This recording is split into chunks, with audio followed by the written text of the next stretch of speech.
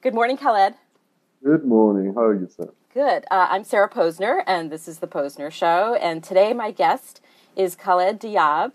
He is a journalist based in Jerusalem, and we're going to talk today about the writing of his new book, Intimate Enemies, which is an ebook that's available through The Guardian, right? Yeah, that's right. And they call it Guardian Shorts, and we'll put the link up with the video so you can buy it too for the very excellent price point of $3.99 in the U.S.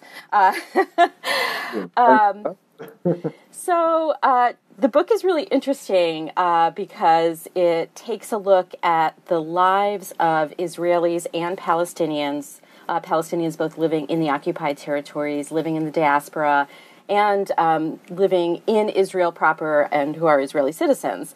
And it looks at how individual people, how human beings see the conflict through their various perspectives, and it draws an extremely hopeful note at the end. I guess hopeful in light of particularly what's going on in Jerusalem over the last several weeks and months, that both sides on a human level actually have more in common than they realize, and that actually talking to each other rather than avoiding each other would be a way at getting at the intractability of this political conflict. So I wanted to talk to you a little bit more about how you came to write this book, because you are neither Palestinian nor Israeli, but you were interested in living in Jerusalem. So, you were not a tourist. You were living there while you were doing this reporting. So you had a perspective as someone who was there day to day, living there just like anybody else who's living there. Well, probably not just like anybody else who's living there, but I guess we can get to that, right? So what drove you to make this move and do this reporting? Well, you could say, I call Israelis and Palestinians intimate enemies because of, like you pointed out, all the commonalities they have, even though they regard themselves politically as enemies. Right. On a human level, they have a lot in common. But me personally, I feel like you can say an intimate stranger, in the sense that, because I'm an Arab, I'm from Egypt, I've long been interested in the conflict. It has resonance for me, given my background. This makes it somewhat familiar. But at the same time, I'm an outsider, so I can, shed different perspective and light on the situation that perhaps people too closely involved can't. And since so few Arabs come here, and even fewer actually live here. Other Arabs other than Palestinians. Right. I thought that this unique perspective I have on the situation could help shed an alternative light on what's happening here. And on top of that, as a relative outsider or an insider outsider, I enjoy good access to both sides. Right. Because of the distrust between Israelis and Palestinians, they may be less open to each other. But to me, being an Egyptian here actually tends to open doors and tickle curiosity. This has helped me. Having been here for several years, I've talked to hundreds of people, have shared their thoughts, impressions, lives with me. Dozens of people have agreed to be interviewed by me. That gives me, quite a broad-ranging perspective. The motivation behind actually writing the book, the motivations are numerous. One is that I'm convinced that there's a lot of mutual misconceptions that actually hinder progress. Because, like some people may say that, misconceptions and distrust aren't a major issue, but in my view, they are a significant factor, because, when you think of the other side as being an other, an alien, and so on, you're less willing to walk a mile with them, in the right direction. And also, even if you regard the other side as your enemy, if you don't understand your enemy, right, you can't ever resolve the issues that pertain between you. Did you come into it with certain preconceptions of your own? Did you come into this project feeling more empathy for one side over the other, or feeling that you were looking at the conflict through a certain narrative, and did that narrative get disrupted for you in the course of your reporting? Yes and no. I mean, obviously, having grown up in an Arab context, I've been exposed much more to the Arab narrative and the Arab side of the situation. Right. But having also, grown up in the West, I've been exposed more indirectly, but exposed also to the, Israeli narrative. So I've grown up with these two conflicting narratives. And that's also part of my personal motivation. My first visit was in 2007. I wanted to go beyond the polarized narratives and to see what, the reality on the ground was like, to see the human side of it. And also, to try and, understand myself and promote understanding, because like I found when I came in 2007 for the first time, that Palestinians tended to appreciate the sort of implicit solidarity, or the solidarity of an Arab actually coming and being, motivated enough to find out how they live, why they live that way, their plight, to hear their plight and all that stuff. And Israelis tended to be very sort of,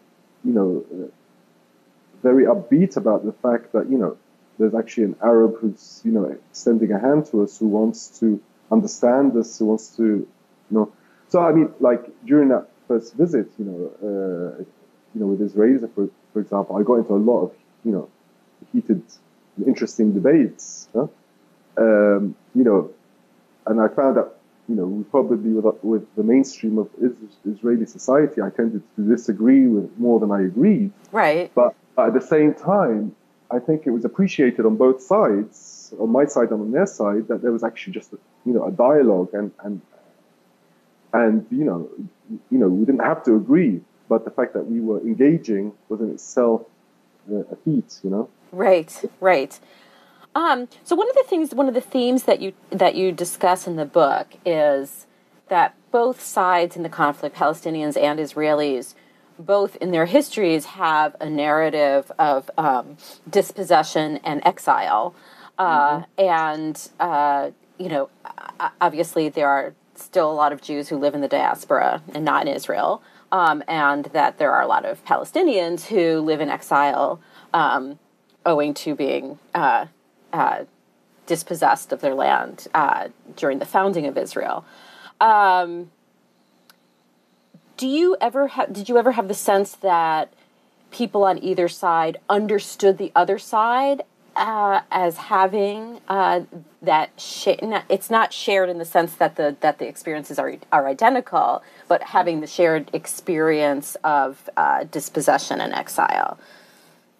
I think on a progressive end of the spectrum, that there are people who understand and appreciate that. But in the more conservative end of things, I think, there's just a lot of mutual denial, because I think it's seen, if you acknowledge the other side's pain and suffering, you're kind of legitimizing their cause or whatever. So there is a lot of bitterness in that regard. Right. But the parallels are striking. I mean, like a lot of Palestinian, the Palestinian, refugees and exiles and the diaspora, they're in many ways. I mean, I've got a section in the Palestinian chapter about called the Wandering Palestinian. Mm-hmm. And of course, you've got the stereotype of the wandering Jew. Mm-hmm. And, although it's been a much shorter time, decades rather than centuries, the contemporary Palestinian in exile resembles a lot, the Jew,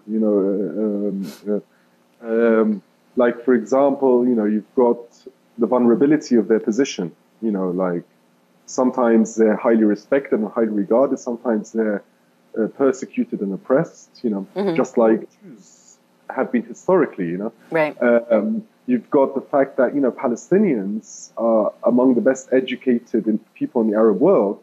So they played a pivotal role in the transition, especially of, say, Gulf states, like Kuwait, like the Emirates, like, even Saudi Arabia. They go there as professionals, they help build, they're good entrepreneurs, so there's that issue too. There's the issue of like, like one Palestinian poet, Murid Barghouti, said, like, something about along the lines of, like, they took away from us the land of the poem and we were left with the poem of the land, So there's this portable Palestine that every Palestinian carries around in the diaspora, which is kind of similar to how Jews for centuries, say, regarded Jerusalem. Jerusalem was a spiritual place, not a physical place, Mm-hmm. It was something they carried around religiously in the Torah and so on, and secularly just in the romanticizing of this Jerusalem. So you got all these, incredible parallels between, the two sides, how, like, they're admired and distrusted at the same time, Palestinians, like Jews in the diaspora, I like that. And also another interesting parallel is that born and bred Palestinians, who are still in Palestine, and Israelis who are born and raised in Israel, they actually, in many respects, have more in common with each other than they do with their respective diasporas. It's an interesting point, yeah. And even though, like, of course, psychologically and emotionally, they associate more with the diaspora than with, like you see even in attitudes, like you hear Israelis sort of, native-born Israelis whining about, or complaining about, recent immigrants from elsewhere, and how they, how, their differences and so on. And you also have Palestinians, after the Oslo Accords, the exiles who were allowed to return, there was quite a lot of friction on between them and Palestinians who'd stay behind, so. Interesting. So, But you also go into some depth in the book about Israelis who view Jews in the diaspora with some, suspicion, but particularly also Israelis who have left Israel and immigrated elsewhere. Yes, I mean there is the whole thing about the whole concept of the Zionist concept of the tough Jew, the tough new Jew that was going to be forged, on the land by working the land, by building, the Jewish state and so on, and that's why you have the word, aliyah, mm-hmm. for immigration or settlement in the Holy Land. Yeah, right. Meaning ascent, and I can't remember the exact Hebrew word anymore; it slipped my mind. But leaving. Mm-hmm. Israel is regarded as a descent. Yeah. So there's that image. So compared to the mainstream Zionist narrative, the idea of diaspora Jews is that they're weak, that they're too like accommodating. They don't stand up for their rights. And it's kind of resembles a little bit the anti-Semitic narrative, about the white Jew. Yeah. Not that I'm saying it's anti-Semitic necessarily, but I mean it's almost internalized this negative image of the Jew. And on top of that, it's like it's also just untrue. For example, but how widespread is the disregard for Israelis who've left? How widespread is it? It's hard to say because, I meet a lot of Israelis who see, for example, the idea of having a second or a third passport as an insurance policy. So they haven't abandoned that diaspora idea of insecurity. Also, there's so many Israelis that I meet, especially secular ones, secular sort of like leftists or liberals or whatever, who are so alarmed by the changes that are occurring in Israeli society that they either want to immigrate or admire those who have. So you have the two sides, the ardent sort of Zionist or nationalist discourse in which, people who leave are kind of, letting down the cause or even in extreme cases, traitors. And then you've got, the people who are voting with their feet, like quite a lot of people who move long-term abroad, and it could just be for economic reasons, socio-economic reasons, like, life here is terribly expensive compared to the US or Europe. And on top of that, pay is not comparable to the US or Western Europe. So you've got people are earning less and spending more. So on the Palestinian side, how are Palestinians living in the diaspora viewed by Palestinians living in Israel or Palestinians living in the occupied territories? Are they regarded as, I would like to be living elsewhere too, or are they seen as abandoning the cause of Palestinian statehood or Palestinian sovereignty? No, I mean it's a very complex picture because you've got different types and categories of diaspora and different types and categories of Palestinians here. Yeah. But if you talk about the diaspora, as in the refugees, no, I don't think anyone looks at the refugees here with envy because Right. I was thinking more of Palestinians who are living in the West. Example. Yeah. I think it's complex. I mean, I think there are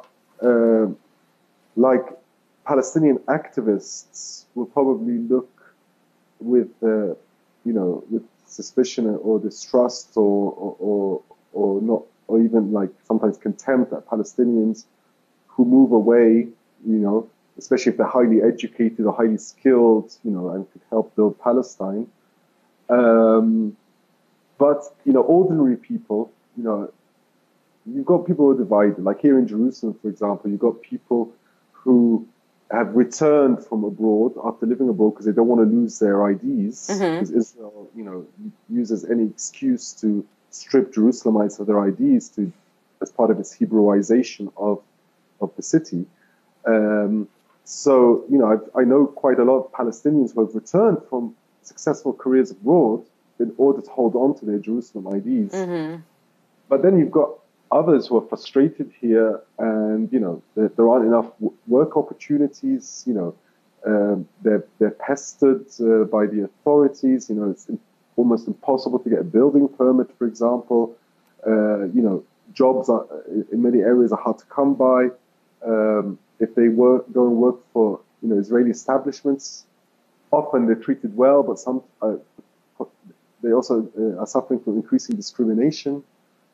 For example... Job discrimination, you mean? Well, and just, yeah.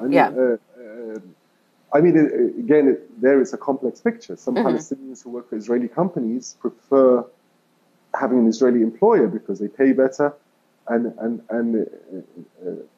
a lot of workers I've spoken to say the Israeli, bosses also are more down to earth.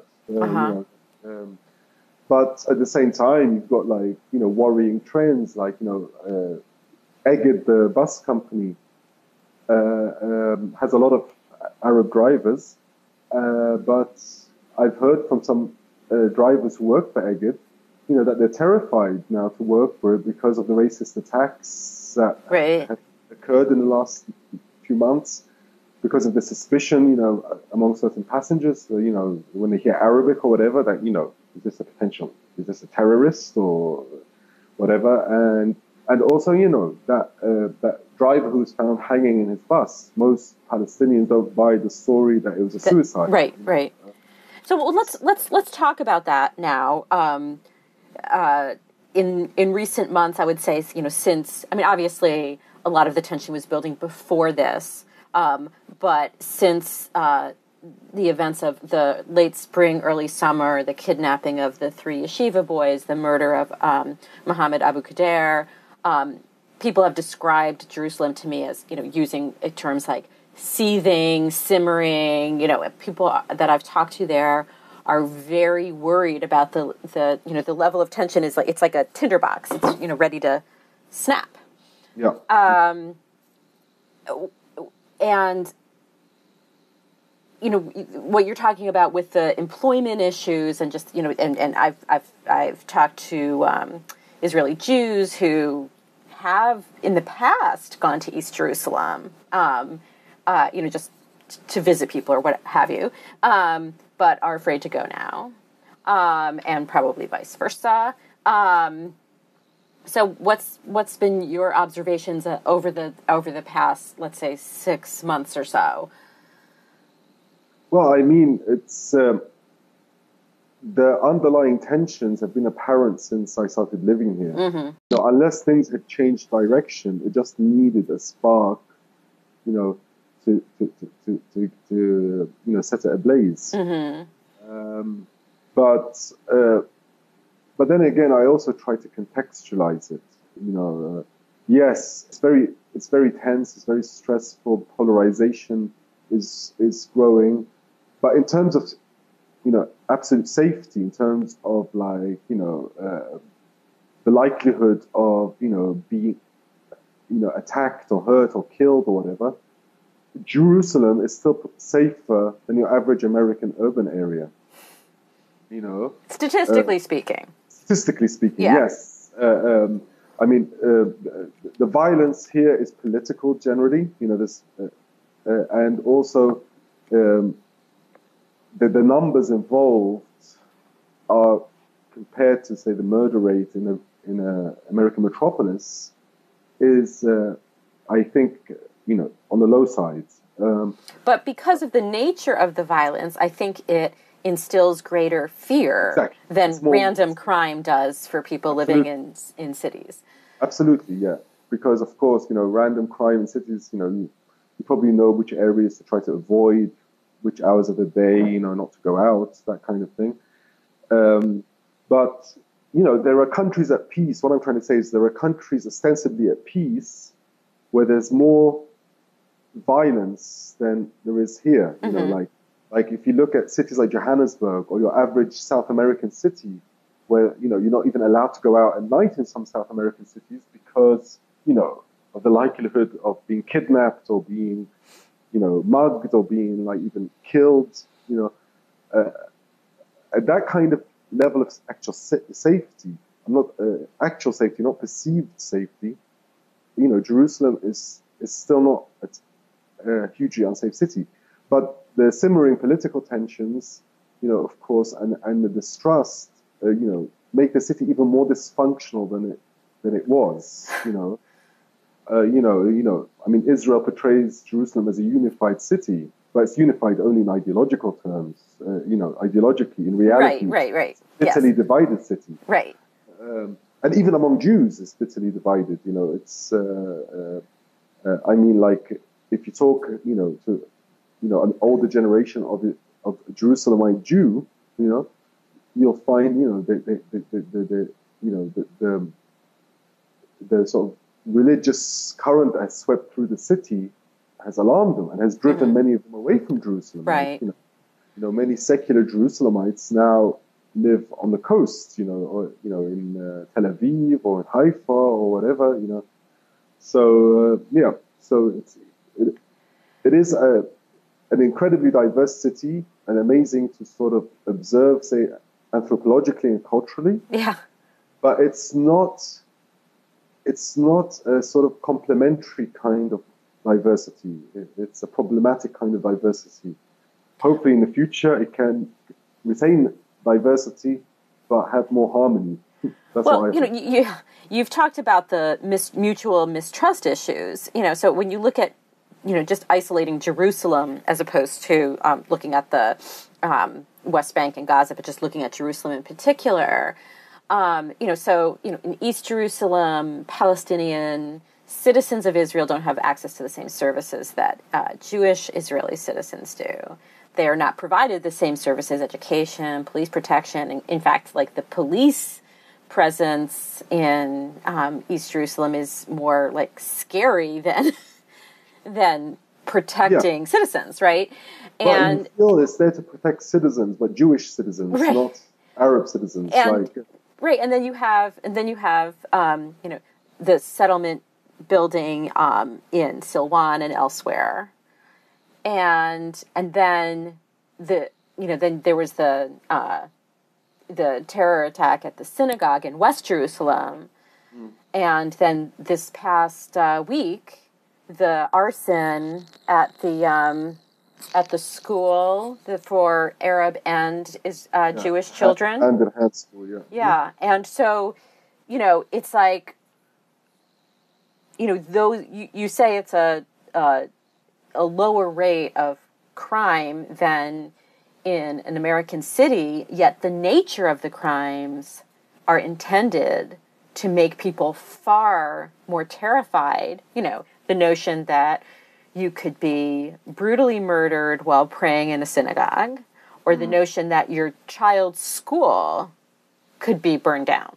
on the one side by Palestinian terrorists, on the other side by Jewish terrorists. Mm-hmm. In the time that you've been there, has that level of fear instigated by those kinds of incidents, has it gone up? Absolutely. Yeah. Level of fear and also level of just hysteria, if you like. Like, for example, I was here during the 2012, assault on Gaza, the war in 2012. And there, tensions mounted, but, people still carried on a daily level with their lives. Mm-hmm. Palestinians, there's still plenty of Palestinians in West Jerusalem. Jews who came to East Jerusalem, Israelis didn't feel, that they needed to discontinue coming. They still carried on coming and stuff like that. Life kind of went on despite, a certain amount of rising tension. But this summer has been exceptional. And I guess it was just the cascade and the domino effect of numerous, interwoven incidents and issues, sort of like, colliding at the same time. Mm-hmm. You had, like you said, that kidnapping of the yeshiva students. You had, prior to that, and after that, the Netanyahu government used it as an excuse to crack down on all Hamas members in the West Bank. Right. Ostensibly because of the abduction and the subsequent murder. But if you look deeper, it was probably due to the unity government that Hamas and Fatah had just entered into. Right. And then you had after that, the sort of death to Arab protests, and then the murder of Mohammed Abu Khdir, and then you had several killings of Palestinian protesters in the West Bank by the Israeli forces, and then you had the Gaza war, which just got these flames and shot them into the air. So it's just been a continuous series of misfortune throughout the summer. You know? And so, we've seen, now there's going to be elections in Israel, so it remains to be seen whether the government that will be formed as a result of those elections in March will be more right-wing than the current government or less. That I think that's something people are holding their breath on, at least people I talk to here. And I think that one thing that people, and I think that there are people who are still advocating for the peace process, for a two-state solution. But, a lot of the conditions that you describe, particularly underlying all of it, the mistrust, are making that, and just the geopolitical realities are making it, if not impossible, close to impossible. In the book, you talk about a people's peace process. I mean, you talk about your pessimism about the peace process politically happening, and you talk instead about a people's peace process. Can you talk a little bit more about that and what you mean by that? Yes, I mean, I believe that the general public has been sidelined from efforts to resolve the conflict. More so on the Palestinian side, because of the numerous layers that lay between them and the decision-making process. They've got their own layer of the Palestinian Authority, and then they've got their layer of Israeli sort of suzerainty over the PA and the territories. But also Israelis.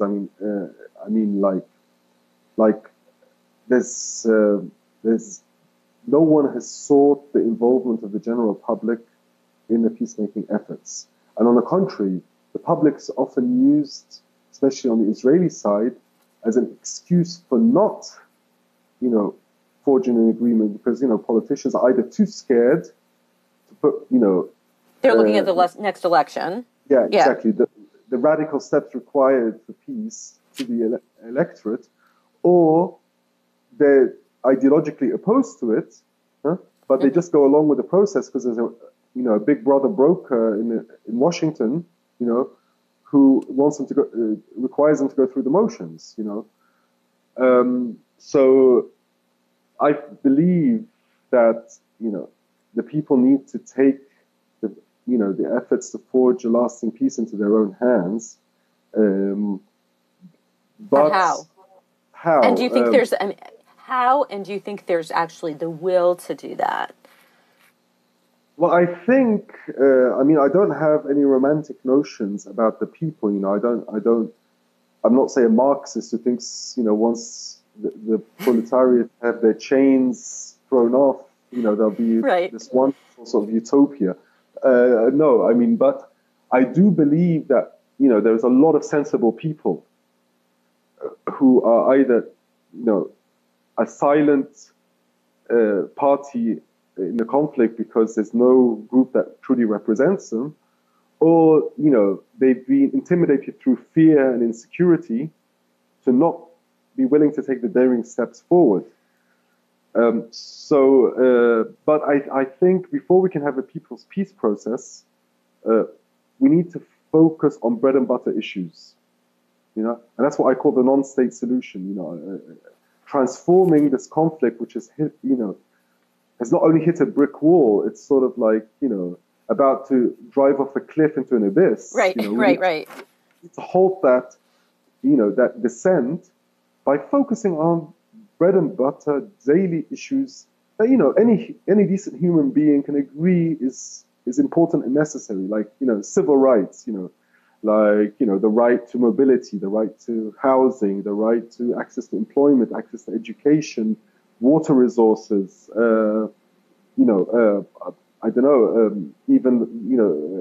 the right to vote, the right to citizenship.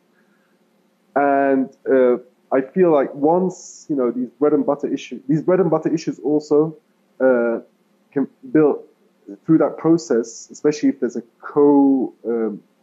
process of, resistance and co-advocacy, Palestinian, Israeli, this can build up trust, and build up the confidence and the groundswell required, to deal with the more fundamental issues.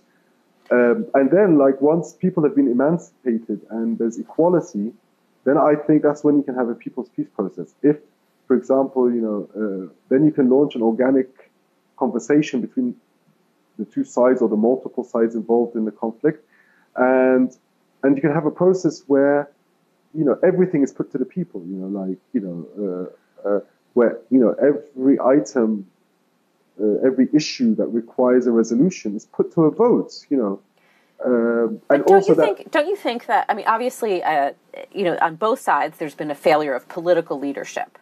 But to accomplish what you're talking about, do you think that there would need to be not just political leadership, which is lacking on both sides at this moment, but also like a charismatic civil society sort of leadership that would... It seems to me that what you're talking about is not conceivable without that sort of thing. Or what do you think? Yeah, absolutely. I mean, it requires... it would be much easier with the right grassroots leadership, without, say, figures like Nelson Mandela in South Africa and F.W. de Klerk on the other side. The conflict could have dragged on. I mean, at the time when they were forging ahead towards peace, it required a great deal of bravery on both their sides because, there was a great deal of violence at the time. There was a great deal of distrust. Both had a great deal of opposition for more radical, elements in their respective societies.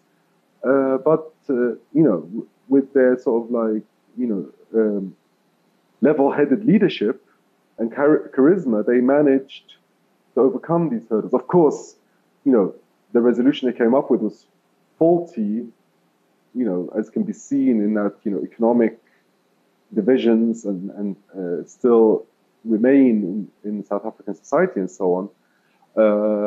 But yes, it's important that you have that kind of grassroots leadership, but it's also important, more important, or equally important, to set your priorities straight. Mm-hmm. Like at the moment, nationalistic issues trump human ones. You're saying on both sides. On both sides, mm-hmm. Yes. I mean, in sort of in the service or for the cause of a possible Palestinian state at some stage in the unknown future, the Palestinian leadership, whether it's the PA or the more radical elements, kind of suspend, expect, Palestinians or to live in limbo, until there's some kind of Palestinian state. Mm-hmm. And on the Israeli side, even the peace camp, they're clinging on desperately to any vestige of the two-state solution, mm-hmm. because of ideological conviction, not because of, human need or human reality. They want to keep the Zionist dream alive of having a Jewish majority state. So they're, implicitly complicit in the disenfranchisement of millions of people. In the interim. In the interim, yes. Right. But the interim, it could be for a long time because obviously, yes. Yeah. Yeah, I mean, right. For example, But you don't think that there are? I think on the Israeli dovish side, there are still organizations that are working for the civil rights of Arab citizens of Israel and Palestinians living under occupation in the territories. Absolutely. B'Tselem is a very good example of that. Right. But what I mean to say is because the mainstream of that progressive leftist movement, still buys into the illusion that two states are possible and soon.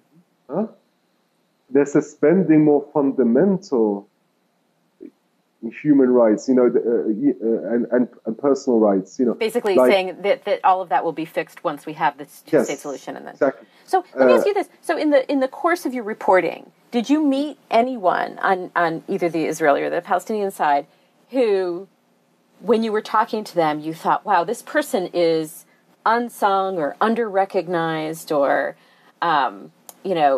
if only people realize that this person has this like enormous potential for leadership and charisma to inspire people, and this person could be someone who could bring a fresh face to this discussion if only people knew who he or she was.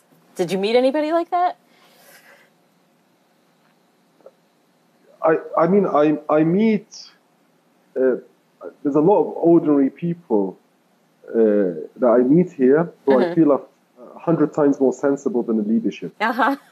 And 100 times more grounded, and they're definitely unsung.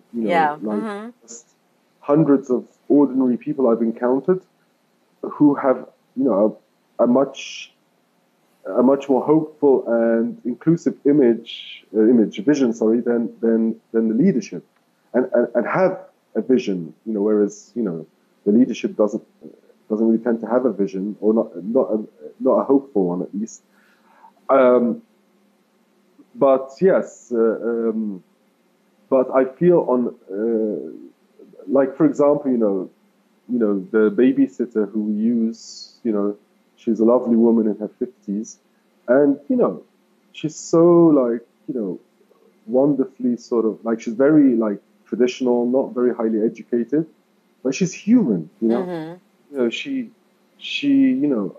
she understands, she empathizes, she, just wants people to, be able to live their daily lives unharassed and with dignity and with respect and so on, So yeah, I mean, at that level, at the political level, there are certain voices who do provide hope, but they tend to be not in a mainstream political class. So it's among activists, for example, there are a lot of people who have a vision that could salvage this place, but they haven't entered the political class. And is that by their own choice, or just because of obstacles in the way of newcomers entering the political class? A bit of both. I mean, for example, I don't know, in the mainstream Israeli politics, or like in the governing coalition, for example, there's only one party that had a peace platform during the elections. During the last elections. Yes. Yeah. People who are, truly interested in peace in the Israeli side, they don't really have anyone to represent them, because, most of the parties that are electable, or will become part of a coalition, don't have a peace platform. And then, on the Palestinian side, you've got Fatah, which is sort of relatively corrupt, nepotistic, and also, since the breakdown of Oslo, has not been able to forge an alternative vision. And you've got Hamas, right. So I feel most Palestinians I know feel that they're not represented by either. Right. So, that kind of unrepresentative political landscape, puts a lot of young idealists and even older idealists off politics, Yeah, yeah. So, let me ask you a bonus question.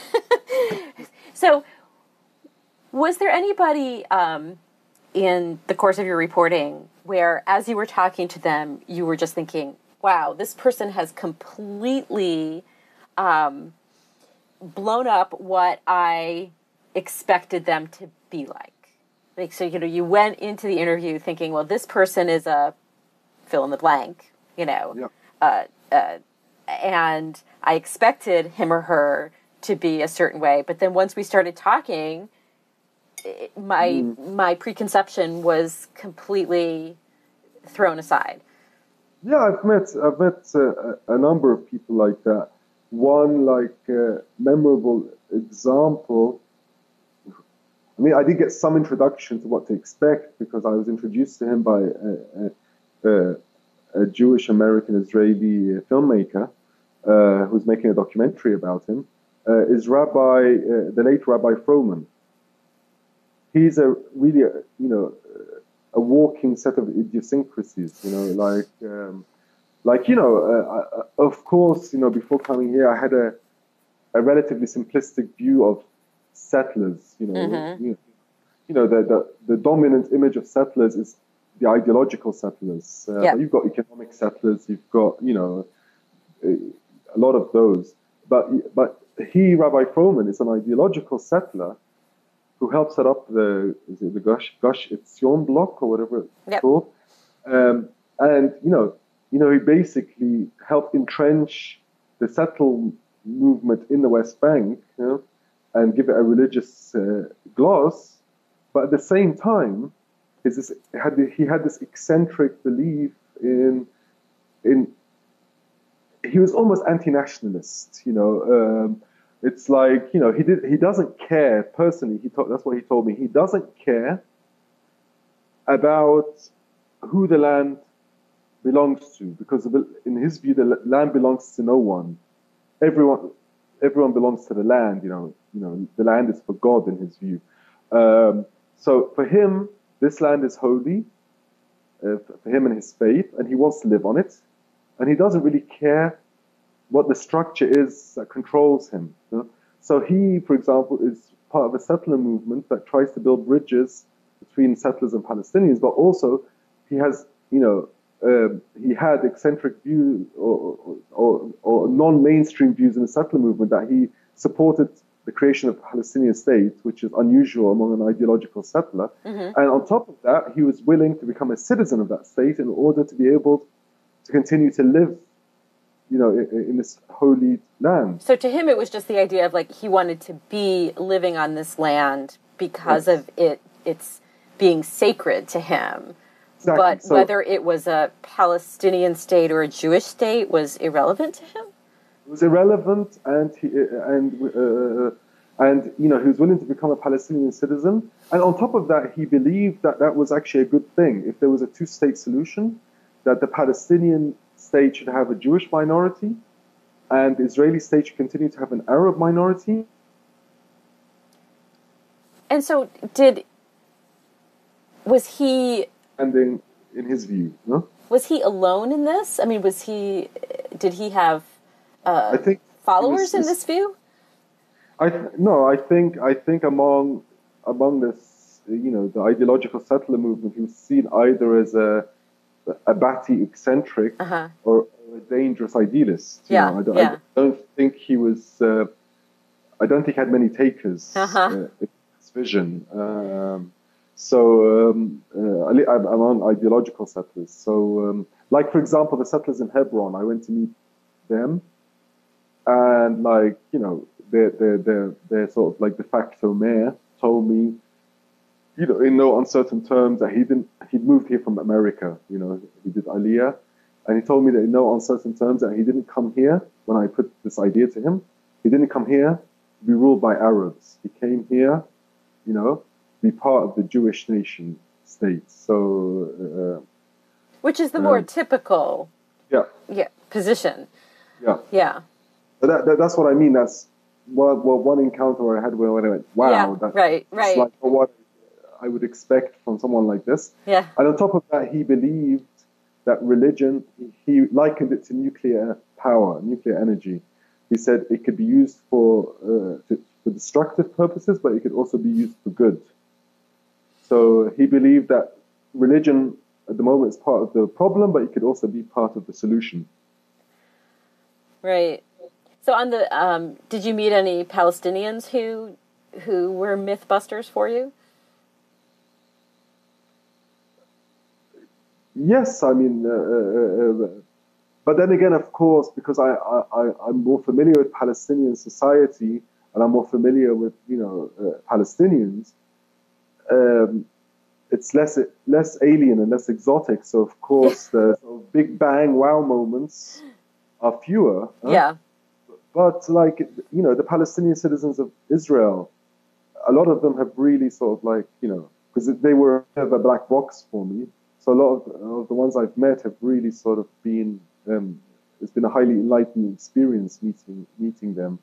On a political level, there were leaders like Mustafa Barghouti, who meeting him was very, enlightening. Thinking like if someone like him had more sway in Palestinian politics rather than running a party that gets very few votes, I think, he's very level-headed. He's on the ball.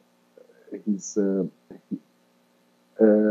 he doesn't take an emotive approach to the conflict. Someone like that could really, push things forward. Well, what is he doing now? What's his? Well, he runs, a faction of progressive parties and so on, which in the last elections, which was many, many years ago now, didn't do so well. But he believes that their grassroots support has grown, so if there were future elections, they would do better. But yeah, I mean, someone like that is. So this is in Gaza? He's in Ramallah. He's in Ramallah. Okay, interesting. Well, listen, thank you so much for doing this, and I recommend the book. Like I said, we'll put a link up to it, but you can also. It's a Guardian short, and so you can look it up that way. It's available on Amazon. It's called Intimate Enemies. Khaled, thank you so much for talking to me. If I could add one last thing. Sure. This is, like you said, a Guardian short, so it's actually like a condensed version, adaptation of a much longer book I'm working on. So people who enjoy reading it should look out for the full-length version, which will come out in 2015. Great. All right. Thank you. Thanks a lot. It was lovely talking to you.